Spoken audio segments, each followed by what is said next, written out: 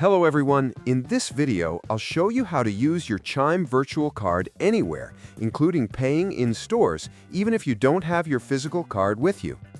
First, open your Chime app and tap on the Card tab.